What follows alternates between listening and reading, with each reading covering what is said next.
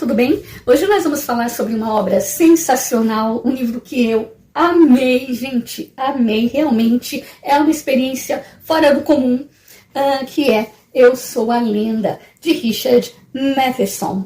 E eu vou dar aqui alguns motivos pelos quais você deve ler esta obra espetacular. E eu tenho aqui essa edição da editora Aleph, muito bonitinha, muito bem feita, muito caprichada, estão realmente de parabéns. Temos várias ilustrações, temos extras, e nesses extras nós vamos encontrar também várias ilustrações. Na abertura de cada capítulo nós vamos ter aqui também uma ilustração muito bonitinha. No começo de cada capítulo, não, de cada parte, que o livro é dividido em partes, e no começo de cada capítulo, uma pequena ilustração que vai nos dar uma ideia do que vai acontecer nesse capítulo em questão. Eu acho isso muito interessante. Ó, aqui nós temos outra ilustração, um reloginho, e tem tudo a ver com o tema, com o que vai acontecer aí nesse capítulo, né? Aqui nós temos mais uma, que é um pequeno microscópio, né? E, enfim, eu achei muito legal, muito interessante. Então, o primeiro motivo pelo qual você deve ler Eu Sou a Lenda, porque é um livro pioneiro, é uma obra pioneira. Muita coisa que a gente tem hoje em termos de trash, de horror com ficção científica e sangue, sabe? Aquela coisa toda, slasher, tudo isso vem daqui, né? Dessa criação, ou seja, dessa onda, né? De Richard Matheson. Não somente ele, mas você já vai entender que tudo que a gente tem hoje nesses termos vem daqui. Jurassic Park, que é essa temática aí de slasher, meio que com ficção científica, e tem carnificina, tem morte, tem sangue e tudo mais. Então, tudo isso vem daí. É claro, Stephen King também se declarou assim, um fã incondicional de Richard Matheson, se inspirou em muitas obras dele, ou seja, se inspirou não, assim, tem as obras do Richard Matheson realmente assim como inspiração. E antes mesmo de escrever, antes mesmo dessa obra específica, vale a pena dizer que o Richard Matheson, só para você conhecer o autor, né? O Richard, então, ele escrevia, ele tinha ali uma certa parceria com o Rod Serling, acho que é Rod Serling, se eu não me engano, que é o criador e apresentador daquela série bem antiga, preto e branco inclusive, que é Além da Imaginação. Ou seja, tudo surgiu daí, né? Ou seja, as pessoas estavam sendo preparadas para esse tipo, para esse clima, para essa coisa misteriosa, meio ficção científica, meio suspense, meio terror, e aquela coisa meio doida, meio nonsense, meio maluca, e situações estranhas e desconfortáveis, né? Nós vamos ter a partir da criação justamente dessa série aí. Só para você saber, tudo isso eu tô falando para você entender. Você deve ler, em primeiro lugar, porque é algo pioneiro, é importante, é relevante, né? Então, para dar uma moral aí para você entender quem foi o Richard Matheson, né? A importância, o pioneirismo e tudo mais. Então, já começa daí. E leia também porque é uma obra gostosa, gente. É um livro maravilhoso. Então, leia porque o livro é maravilhoso, a narrativa é envolvente e você vai gostar e vai se prender realmente do começo ao fim. Então, leia porque é bom, né? E também leia porque é diferente do filme. E eu vou apresentar aqui algumas diferenças do livro e filme. Vale a pena dizer que eu amo o filme, e eu amo também, gente, é claro, eu sou suspeita para falar, eu amo o Will Smith, eu acho que é um ator super versátil, ele vai muito bem na comédia, ele vai muito bem no drama, ele vai muito bem em ação, e aqui ele, né, no filme Eu Sou a Lenda, ele conseguiu juntar tudo isso, né, meio que o drama e a ação. Ele é um ótimo ator de ação, então assim, eu amo, e ficou muito bom, eu gosto, tem gente que não gostou, mas eu amo, né? Eu sou a lenda, porém nós vamos ter pegadas diferentes, nós vamos ter obras diferentes, são simplesmente visões diferentes, mas ambas muito interessantes, maravilhosas. Então eu vou aqui mostrar algumas diferenças. Então na primeira, ou melhor, no filme, né? Nessa primeira visão, o filme, nós vamos ter um cara bombadão, ele já é cientista, ele já sabe de tudo, porque ele é inteligente, ele é o salvador da pátria, ele é fortão, ele é, além de tudo, bombadão, é caçador de vampiros, e também, né, um cientista já renomado, já inteligente. E aqui não, nós não vamos ter isso. Nós vamos ter um cara comum, ou seja, homem, humano. E é isso que eu vou ressaltar aqui nessa obra. O quanto o autor aqui, ele vai ressaltar a humanidade do nosso querido personagem principal, né, do nosso querido protagonista, que é Robert Neville. Então, ele é um homem, ele é simplesmente um humano, e na verdade, o último humano na face da Terra. Então, nós vamos estar... E essa narrativa é maravilhosa, porque ela vai nos transportar para essa situação. Como seria a vida se você fosse o último ser humano na Terra? ênfase na palavra humanidade, né? ênfase na palavra humano. O que seria? Como seria? De verdade. Então ele coloca ali situações simples, mas situações reais. E você já vai entender aonde eu quero chegar. Então vamos lá. Tudo acontece num cenário pós-apocalíptico, onde o mundo foi devastado por uma epidemia que transformou todos os seres humanos em vampiros zumbis, né, mortos-vivos. E esses vampiros zumbis atormentavam a vida do nosso pobre Robert Neville, que era o último ser humano de verdade na face da Terra, e porque de alguma forma ou de outra, isso vai sendo explicado do decorrer da obra, mas ele era imune a isso. Então, ele foi o único homem que sobrou, não foi afetado por essa epidemia, então ele era um homem, ser humano comum.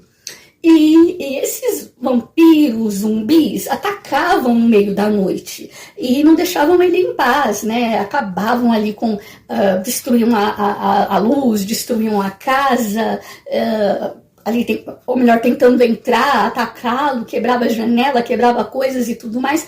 Então nós vamos mostrar o dia a dia desse homem convivendo com essas criaturas ou se escondendo dessas criaturas terríveis que saíam no meio da noite e dormiam durante o dia, ficavam trancadas durante o dia ou hibernavam durante o dia, porque eles não podiam com a luz, né, forte, com a luz do sol. E aí que ele saía então, né, 3 anos após essa situação aí que devastou a humanidade, ele estava ali tentando sobreviver ainda dos resquícios, das coisas que ainda estavam, né, por ali. Ele invadia uma casa ou outra, comia alguma comida e tal, ia aos supermercados onde tinha ainda alguma coisa ali para ele comer, enfim, era assim que ele vivia. E no meio do caminho, se ele entrava em algum lugar e tinha algum vampiro adormecido, ele simplesmente pegava uma estaca e matava. Ou seja, ele era um exterminador de vampiros zumbis. E no meio da noite, esses vampiros zumbis o perseguiam. Batiam na porta da casa dele e tudo mais, só que eles não eram muito inteligentes, não. E é isso que nós vamos ver, então, o dia a dia de uma pessoa comum, volto a dizer, humana, nessa situação. Porque ele não é, diferentemente do livro, ele não é nenhum bombadão. Robert Neville, ele não é nenhum cientista que já sabe das coisas, ou seja, ele não tem noção, ele não tem noção científica, ele não é um cientista, ele não é um médico doutor, ele é um cara comum. E nós vamos ver isso, o dia a dia dele. Então, veja bem, os vampiros quebraram a janela, os vampiros quebraram a instalação, puxaram o fio, quebraram o fio ali da instalação elétrica, ele está sem luz. Então, veja bem, não existe, ele é o último homem, quem que ele vai chamar? Ele vai ligar lá para um mecânico, ele vai ligar para alguém para instalar a janela que quebrou, ele vai ligar para algum eletricista? Não tem ninguém. Então, olha o cuidado. né? O autor aqui ele vai gastar tempo. Então, como ele não manja de eletricidade, porque ele é um cara humano, comum, ele vai o quê? Pegar um livro, ele vai estudar, ele vai bater a cabeça ali até conseguir o que ele quer e vai ele mesmo resolver os seus problemas, a situação ali. Ele mesmo vai trocar a janela, ele mesmo vai arrumar a instalação ali de luz, e enfim. Ou seja, são situações bobinhas, mas, sabe, isso te coloca ali juntinho dele, do personagem. Gente, isso te transporta né, esse tipo de narrativa realmente é muito real, ela te aproxima demais do personagem. Então, e eu amo obra que faz isso, né? Então, para mim, já é um ponto ganho, para mim já é super importante que você tenha essa conexão com o personagem. E aqui você tem.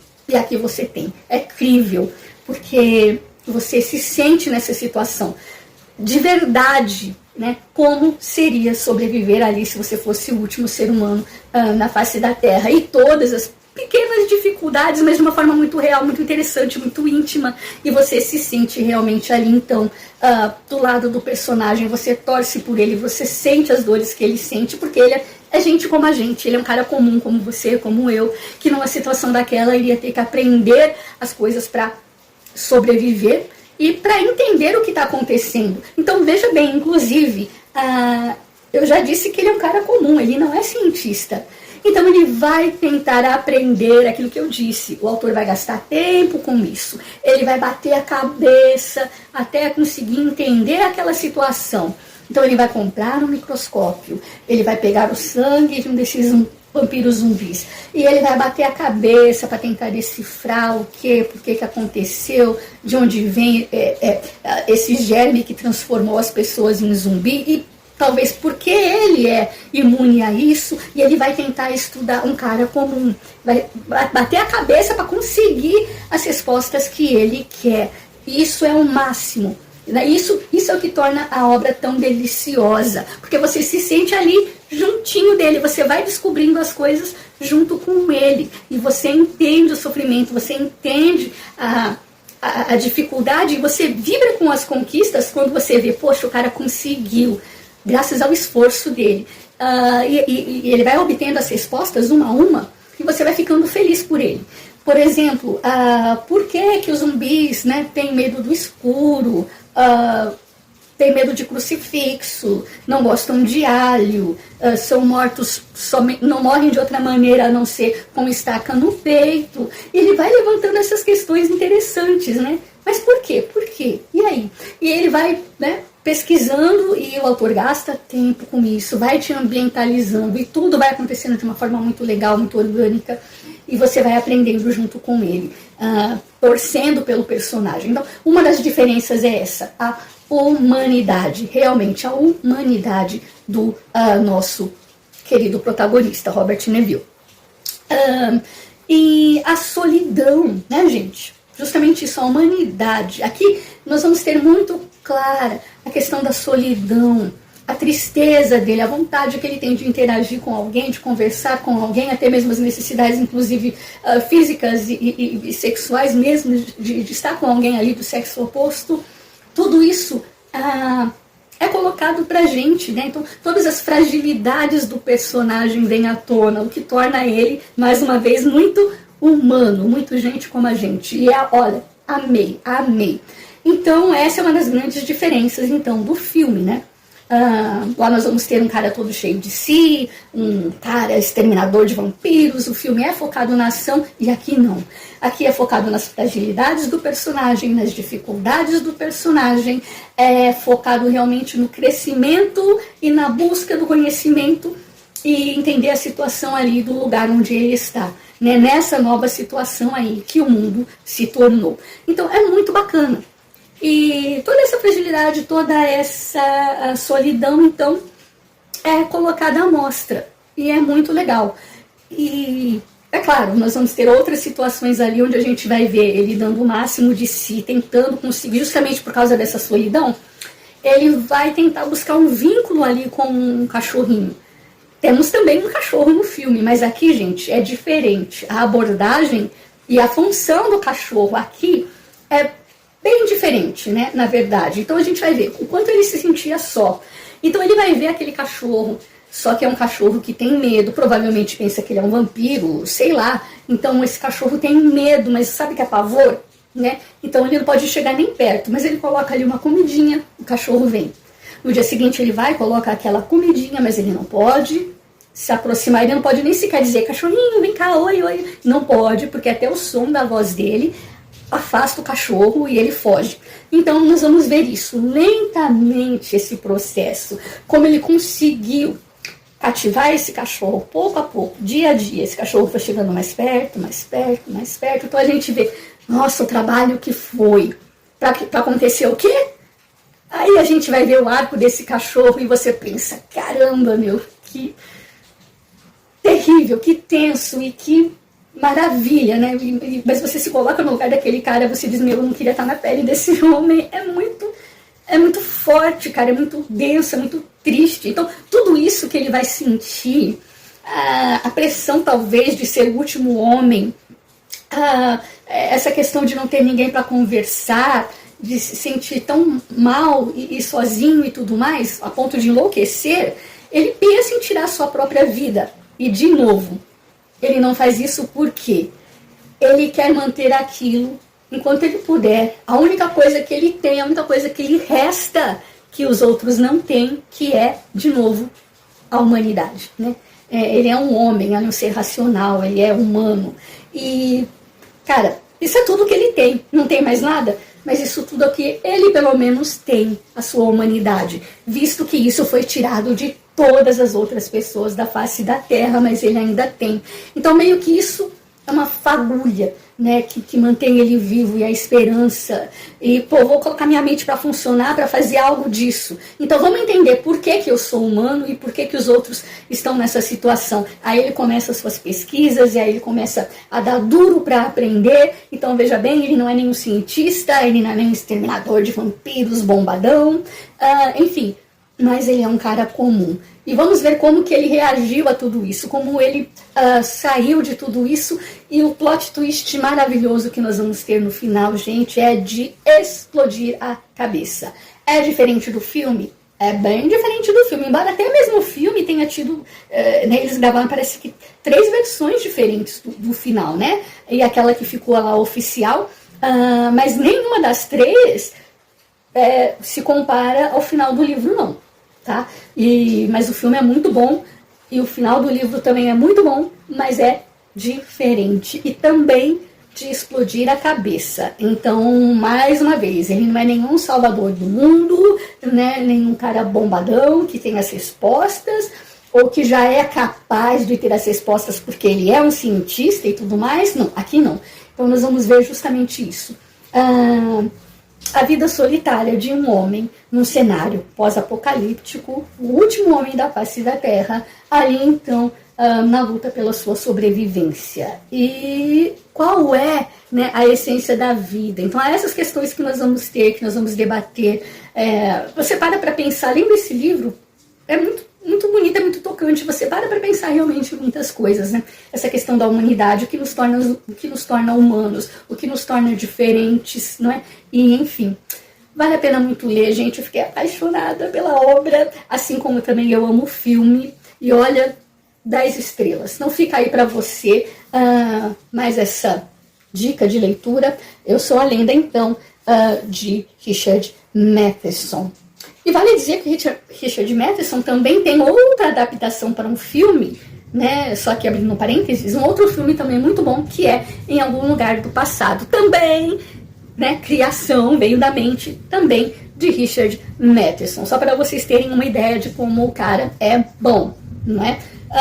Então, ele tem esse livro, tem Em Algum Lugar do Passado, mas assim, o forte dele mesmo foi produzir screenplays, né? Ou seja, histórias para televisão, como, por exemplo, né, aquela série lá, Além da Imaginação, para qual ele escreveu vários e vários ali episódios. Então, é isso. Volto a dizer, é um livro importante, você deve ler porque ele é bom, porque ele é importante, é um livro pioneiro, e você pode também ler para tirar as suas suas dúvidas e ver aí a diferença entre livro e filme, e eu tenho certeza que você vai gostar. Mais uma dica, eu sou a Lenda, de Richard Matheson, e até a próxima.